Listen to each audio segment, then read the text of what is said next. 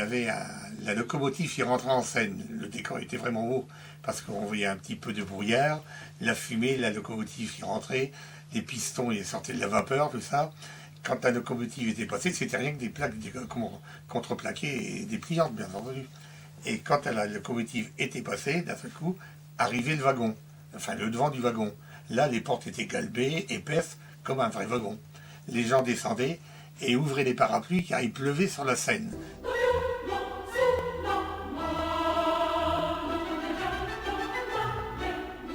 Quand il avait fait les décors de l'Arlésienne, il avait dit aux étangs de Vaccarès, et il dit à mon père, Marcel, aux étangs de Vaccarès, tu laisseras la lumière en bleu, tu sais, presque la nuit, tu vas l'ouvrir doucement, en même temps, fais passer un enregistrement de vent, un enregistrement des grillons, et tu amènes le rhéostat pour amener plein soleil. Et à ce moment-là, tu vas voir, les roseaux vont bouger. Il avait le don de peindre en trompe-l'œil, et en effet, quand le rideau s'est levé, on voyait à peine les étangs, quand on entendait les grillons, on entendait le vent, et après, quand c'était devenu pleine lumière, on a entendu un « ah » dans la salle. Sans avoir dit quoi que ce soit, tous les gens s'en sont levés pour applaudir. Parce qu'on avait de très beaux décors, qui étaient très bien faits, du reste par un des décorateurs du Châtelet. Et comme on avait un plateau de scène qui faisait quand même 144 mètres carrés, on pouvait se permettre de présenter des beaux spectacles. Les traditions, c'était comme ça, il ne fallait pas changer. Quand on jouait les deux orphelines, ben, c'est bien souvent deux femmes qui... c'est deux orphelines, mais quand c'était les deux gosses, pareil, c'était aussi deux femmes qui jouaient les deux gosses.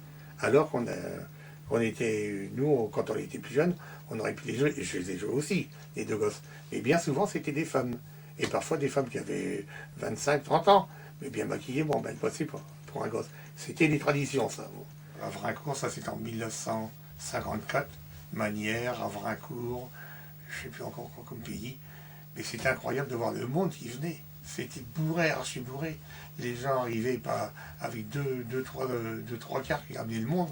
Et nous, ça nous arrivait aussi, après les spectacles, avec nos GMC, de ramener des personnes chez eux.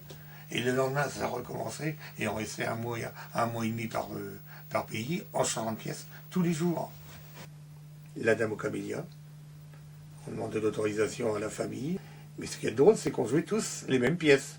Et ce qui arrivait aussi, c'est que parfois, à force de jouer les mêmes pièces, il y en avait qui changeaient les titres de pièces. Mais c'était la même, on changeait les titres simplement. Et n'empêche pas que les gens venaient quand même. Alors, les pièces à grand spectacle, Michel Strogoff, Autour du monde en 80 jours, et j'en passais les meilleurs. Et par beaucoup de comédies aussi, parce que les comédies, ça plaisait beaucoup. Puis les grands mélos, La fille du garde de chasse, le porteur royal, le maître de forge, tout ça, tous les grands mélos, tout ça, on jouait tout ça. Et tous les théâtres forains, quels qu'ils soient, jouaient les mêmes pièces.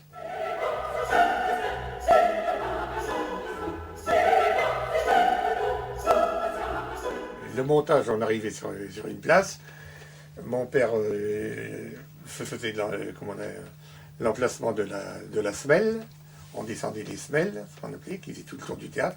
Ensuite, on préparait les murs, qui étaient posés sur des tréteaux, on les montait, on les levait, tenus par des arcs-boutants. Après, quand tous les murs étaient montés, toujours tenus par des arcs-boutants, reliés entre eux, chaque bandeau, on montait la grande ferme au-dessus, elle était en plusieurs parties. C'est très lourd ça. Il fallait l'accrocher, la lever avec des fourches, et des fourches tout le long, et on accrochait les fermes qui partaient du haut, hop, jusqu'au mur là. Une fois que ça s'était fait, on mettait les panneaux tout autour, on les voit ici. On montait tous les panneaux autour, puis après on s'occupait de l'intérieur. Alors il y avait l'équipe de scène et l'équipe de salle. C'était toujours la bagarre, on disait toujours, regarde-moi ça, ceux de la scène c'était feignant, ils ont moins vite que nous. Voilà, les autres c'était le contraire, regarde-moi ça, ceux de la salle ils ne savent pas s'y prendre et tout ça. Mais ce qui n'empêche pas que ça, c'était monté en à peine 2 jours. Au démontage, on démontait une partie du contrôle, on enlevait tous les décors, sauf le seul décor qui restait pour la pièce. On s'arrangeait toujours pour faire une pièce avec un seul décor. Et le soir, quand c'était terminé, il y avait le petit démontage. C'est-à-dire, on rentrait tous les bancs, les fauteuils à bascule, parce que c'était lourd. Hein. Il fallait rentrer ça dans les chariots. Et ce qui fait qu'il restait juste la carcasse par elle-même avec la bâche. La bâche, le plafond on enlevait le sort aussi. Et ben, le lendemain à midi, 1 heure, on était prêt à partir.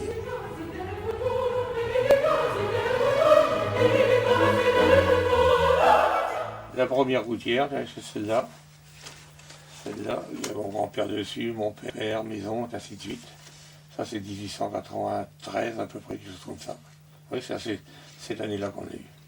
Et puis ensuite, il y a eu les autres routières, du même style, qui tiraient 5 à 6 remorques, caravanes ou chariots. C'était des vrais convois. Hein. Il y en avait 3 à 4 par théâtre. Déjà, il y a eu les Latilles, c'était les tracteurs d'artillerie, 4 roues motrices et directrices. Et les caravanes, on les construisait nous-mêmes également, des pieds jusqu'à la tête. Ainsi, la mienne, quand je me suis marié, je l'ai fait complètement. Celle de mon frère, ça a été pareil. Celle de mon cousin, ça a été pareil. On n'avait pas besoin d'aller chez un carrossier. On faisait tout nous-mêmes. Avec les caravanes, il y avait 24 voitures de matériel, les caravanes. Il y avait un grand fourgon qui faisait 9 mètres. Il y avait à peu près 200 fonds dedans. C'était quelque chose, 200 fonds d'hiver. Quand ils ont démarré, après 1920, ils ont commencé par la Picardie, l'Oise, la Picardie, une partie du Nord. Après, ils sont descendus vers le centre-ouest. Et mon oncle César Berthier, qui était dans l'Est depuis déjà avant 14, nous a fait venir là-bas parce que ça travaillait beaucoup et tous les îles marchaient à plein. Il a dit, c'est vraiment des bons pays, venez avec nous. Et donc on était 3 théâtres dans ce coin-là. Et tout partout, on est rentré, on a été toujours bien reçus. Même plus que bien reçus, parce qu'après, quand on revenait, au bout d'1 an, les gens nous attendaient. Hein. Et il y avait des pays où on laissait reposer 1 an, on refaisait ça 2 ans après, mais c'était toujours pareil, il y avait toujours du monde. Sauf au moment des grèves, là où il y a eu un marasme un peu tout partout, mais généralement, ça a toujours bien été. S'il y avait un truc qui me mettait en colère, moi, c'est que quand on arrivait dans un pays, les gendarmes étaient là pour contrôler les papiers. On aurait cru vraiment qu'on était des bandits. J'ai encore mon carnet forain, moi, je l'avais à l'âge de 14 ans, je crois. C'était marqué aussi artiste dramatique. J'en ai eu un autre parce que j'en avais perdu. C'est marqué directeur de théâtre à 16 ans.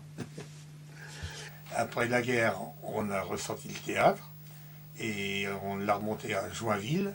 Et là, on a redémarré par Vitry-François, Saint-Dizier, Vitry-François, Chalon-sur-Marne, tous ces pays-là, la tournée qu'on faisait avant la guerre, Cézanne, Troyes, jusqu'en 47. La foire de Troyes, ça partait depuis le cirque, ce qu'on appelait la place du cirque. Ça tournait par le grand boulevard Pasteur, la gare, et ça redescendait jusqu'au boulevard 14 juillet. C'était immense la foire de Troyes.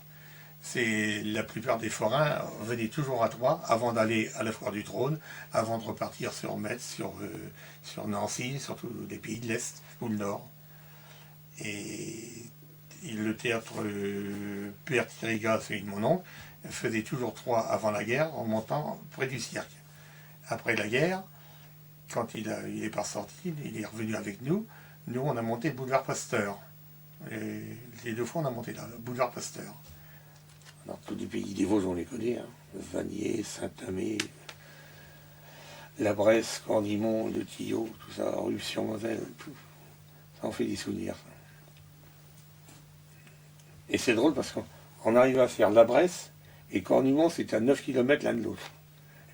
On jouait les mêmes pièces, mais les gens de la Bresse revenaient encore à Cornimont voir les comédies. Parce que la Bresse, c'était un pays très catholique et les curés ne voulaient pas qu'on joue de pièces légères.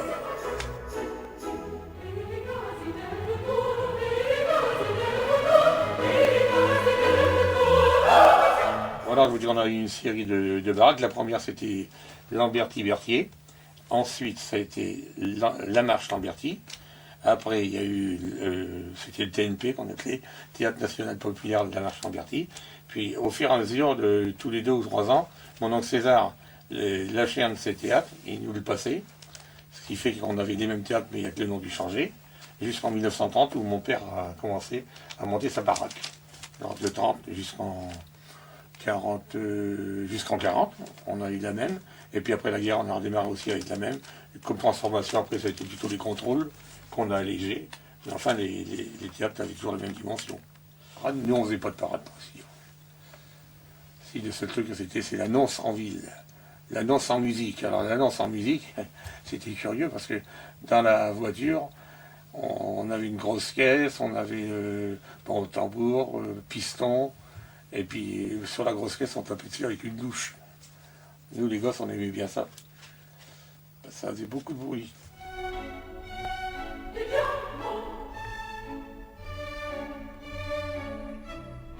Donc en 1947, on était là-bas boulevard Pasteur.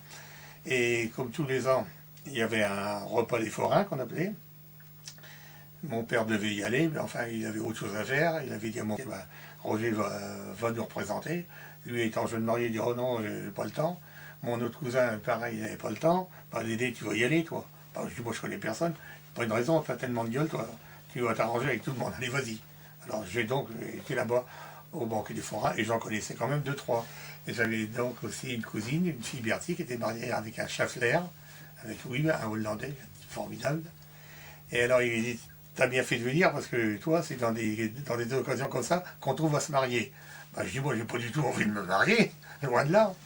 Enfin, toujours est-il que je m'assois à côté d'une jeune fille, là, Toutoune, elle s'appelait. C'était une copine de ma future femme, je l'ai su après. Et d'autres. Et comme dans toutes les occasions, il y avait toujours des chansons. Elle me dit, vous savez chanter, vous? Je dis, non, je ne connais pas beaucoup, c'est bien les chansons. Oui, en quelques-unes. Ben, on pourrait chanter quelque chose. Qu'est-ce qu'on pourrait chanter? Ben, vous ne connaissez pas Quand allons-nous nous marier? Je dis, si, pourquoi pas? Eh bien, on chante ça. On est donc sauté sur la table, et puis on a chanté cette chanson-là. Et ça, c'est qu'on était 27 chez nous avec les enfants. Et 27 personnes à faire vivre, ça c'est quand même du bruit, il faut de la ressource. Et on était très connus. Hein. On nous appelait aussi bien Berthier que La Marche, parce que comme c'était la même famille, on appelait plus Lamberti, là, le nom était passé. Là. Ça s'est passé à la guerre de 14, le nom Lamberti. Sauf qu'on en causait entre nous, puisqu'on avait un tas de parents à droite ou à gauche. Et ce qui est curieux aussi dans ce métier de théâtre forain, c'est que il y en avait beaucoup, parce que je crois qu'il y en avait pas loin de 200, Belgique comprise. Mais sans se voir, sans se connaître, on était vraiment de la même famille. Le seul qui est venu nous voir une fois, c'est pas nous personnellement, c'était Jean Créteur. Il est venu en 34 à Remiremont, c'est en 34. Jean Créteur est venu à Remiremont pour voir un de ses cousins, Marcel Cavalier, qui était chez nous. Ma mère, qui n'était pas du tout de métier, elle était secrétaire dans une usine dans l'Oise. Et quand elle est venue au théâtre, au début c'était très dur pour elle parce qu'elle n'était pas du voyage. Et les tantes, ma tante Aimée Berthier, la plus vieille du voyage, et la tante Hélène, La Marche, elle voyait d'un mauvais oeil que mon père soit marié avec une branche, comme on disait. Parce que les gens qui n'étaient pas du voyage, c'était des branches. Ce qui n'empêche pas qu'elle a été vite adoptée parce que c'était une femme qui marquait au centime près les rentrées, les dépenses. Même 4 boulons achetés, c'était marqué. Très très unis, les trois théâtres, on s'entendait beaucoup. Ça nous arrivait de sauver à 30 ou 40 kilomètres l'un de l'autre, quand on faisait les Vosges. Et alors il y avait toujours une fête, la Saint-Louis, la Sainte-Marie. Alors un théâtre venait chez l'autre, ainsi de suite. On faisait des repas sur la Seine. Et puis il y avait aussi les frères de ma mère, mes tantes qui venaient du côté de ma mère, qui venaient au moment des vacances de l'été.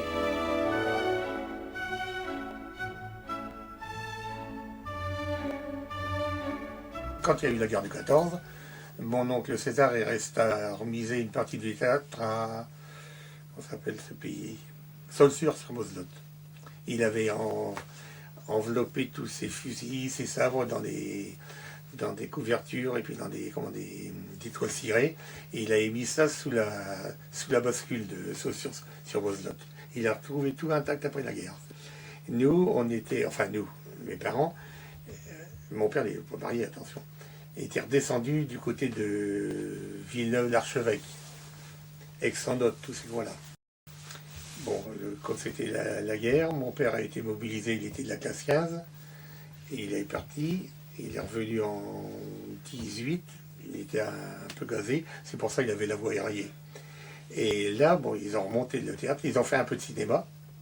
Ben, il ne faut pas oublier aussi que ce sont les forains qui ont lancé le cinéma. À Paris, ils n'y croyaient pas, mais ce sont les forains qui l'ont fait connaître dans toute la France.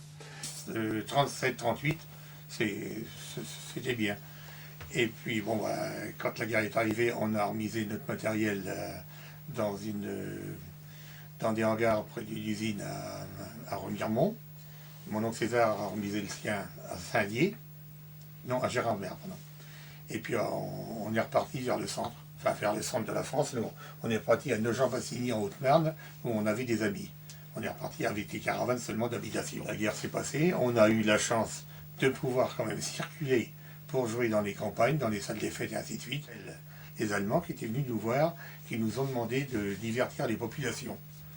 Je comprends qu'une population qui s'amuse ne pense pas à faire des bêtises, ça doit être pour ça. Et toujours est-il qu'on a eu ce qu'on a voulu comme autorisation pour circuler. Je sentais quand même qu'on ne pouvait plus beaucoup étonner les gens parce qu'avec la télévision qui venait d'apparaître, il y a beaucoup de choses qu'on ne pouvait plus faire.